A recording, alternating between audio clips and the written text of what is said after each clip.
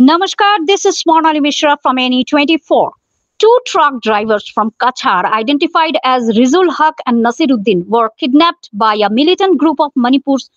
Tamenglong district on January 6, 2025. The drivers were working for Jontu Construction, transporting goods from Kachar to Tamenglong. After the kidnapping, the militant group demanded ransom from the drivers' families. A joint operation was launched by the Assam Police, Manipur Police, and Assam Rifles to rescue the drivers. On Saturday night, after 13 days of the kidnapping, the joint team successfully rescued the drivers from a dense forest along the Assam-Manipur border. According to Kachar Superintendent of Police Nomal Mahato, the militant group abandoned the drivers and fled after learning about the joint operation. The police have identified the militant group involved in the kidnapping and will take action against them soon.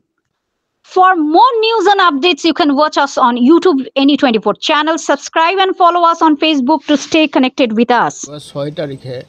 Cachar জিলাৰ দুজন ব্যক্তি তেওঁলোকে দুখন ট্ৰাকত কিছু কনষ্ট্ৰাকচনৰ সামগ্ৰী লৈ তেওঁলোকে মণিপুৰলৈ গৈছিল আৰু মণিপুৰ জিলাৰ মণিপুৰৰ তামেংলাং জিলাৰ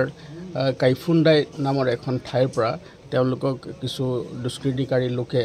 তেওঁলোকক অপহৰণ কৰি লৈ যোৱাৰ পাছত যেতিয়া আমাৰ বিষয়টো দৃষ্টিগোচৰ হয় তেতিয়া মণিপুৰ পুলিচ তামেংলাং জিলাৰ পুলিচ আৰু জিৰিবাম পুলিচ আৰু তাৰ লগতে অসম ৰাইফল আৰু অসম আৰক্ষী একেৰাহে আমি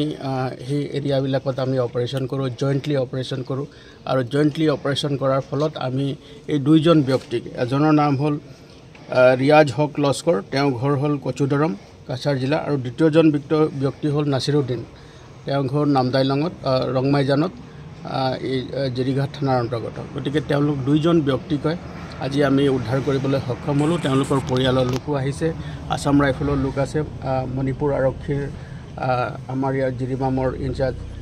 SP মহোদয় আছে আৰু আমি সকলোৱে তেওঁলোকক এটা জয়েন্ট অপাৰেশ্যনৰ জৰিয়তে আমি তেওঁলোকক উদ্ধাৰ কৰিবলৈ সক্ষম হৈছোঁ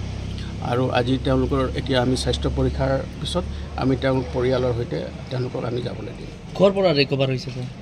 তেওঁলোক কাইফুণ্ডা অঞ্চলৰ পৰা আহি তেওঁলোক হাবিৰ এটা অঞ্চলত আমি সেই অঞ্চলৰ পৰা তেওঁলোকক ৰিকভাৰ কৰোঁ মণিপুৰৰ পৰা তেওঁলোক আহি থাকোঁতে আমি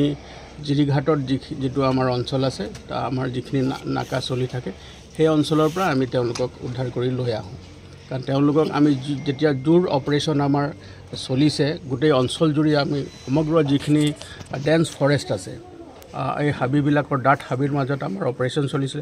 অসমৰ অঞ্চলতো চলিছে মণিপুৰ অঞ্চলতো চলিছে আৰু সেই সুযোগতে তেওঁলোকে যেতিয়া সকলো ফালৰ পৰা যেতিয়া আমাৰ পুলিচ বাহিনী আৰু আসাম ৰাইফলে যেতিয়া অঞ্চলটোত কৰডন কৰি লয় তাৰপাছত তেওঁলোকে বাধ্য হৈ তেওঁলোকে এৰি দিবলৈ এই হষ্টেজ বনাই ৰখা দুইজন ব্যক্তিক এৰি দিবলৈ তেওঁলোকে বাধ্য হয় আৰু আমি আৰক্ষীয়ে তেওঁলোকক উদ্ধাৰ কৰি আমি লৈ আহিছোঁ এতিয়া আমি প্ৰাৰম্ভিক আমি তেওঁলোকৰ স্বাস্থ্য পৰীক্ষা কৰি তেওঁলোক পৰিয়ালৰ সৈতে আমি তেওঁলোকক যাবলৈ দিয়া স্যাৰ কোন সংগঠন আছিলে এই ঘটনাৰ লগত জড়িত আমি অনুসন্ধান কৰি আছোঁ তাৰ লগতে এটা ইনচাৰ্জেণ্ট গ্ৰুপ আছে তেওঁলোকে এইটো তেওঁলোকক অপহৰণ কৰি লৈ গৈছে আৰু তেওঁলোকে ধন দাবী কৰিছিলে যদিও তেওঁলোকে ধন নিদিয়াকৈ আমি তেওঁলোকক উদ্ধাৰ কৰিবলৈ সক্ষম হ'লোঁ আমি যিকেইটা গ্ৰুপে ইয়াৰ লগত জড়িত হৈ আছে আমি তেওঁলোকৰ তথ্য পাইছোঁ আৰু শীঘ্ৰে আমি তেওঁলোকৰ বিৰুদ্ধে আমি আইনগত ব্যৱস্থা আমি গ্ৰহণ কৰিম আমরা তো কাইফুন্দাই মাঝে দরিয়া মানে লুয়ে গেল কি জঙ্গল নিয়ে তো প্রায় 13 দিন রাখি দিল 13 দিন রাখার পরে আজকে তো ছাড়ি দিল কিন্তু আমরা আসাম পুলিশ মণিপুর পুলিশ তো মায়া করি আমরা ছুটে আনলা ওটা করলাম আপনারা কিতা লইয়া গেছিলেন আমরা সিমেন্ট লইয়া গেছিলাম খালি করে আওয়ার সময় ধরছে কোন জায়গায় গেছিলেন কার কোম্পানি ঝান্ডু কোম্পানি মানে এটা খারা ধরছে আপনারা কিছু বুঝছেন নি এটা তো আমরা বুঝতে পারছি না এটা মুখ বান্ধা আছিল আর অন্ধকার চিনাও যায় না হাতিয়ার আছিলেন হাতিয়ার আছিল লোকে কেমন আছে কয়জন আছিল দল মানুষ তারা 5 জন আছিল এমনি মাইর ধরে করছেন না মারা যারা করছে না মারা ওরা কিচ্ছু করছে না আপনার নাম আমার নাম রিজুল লস্কর বাসা মতিনগর আমরা ঘাট কচুদ্রম থানা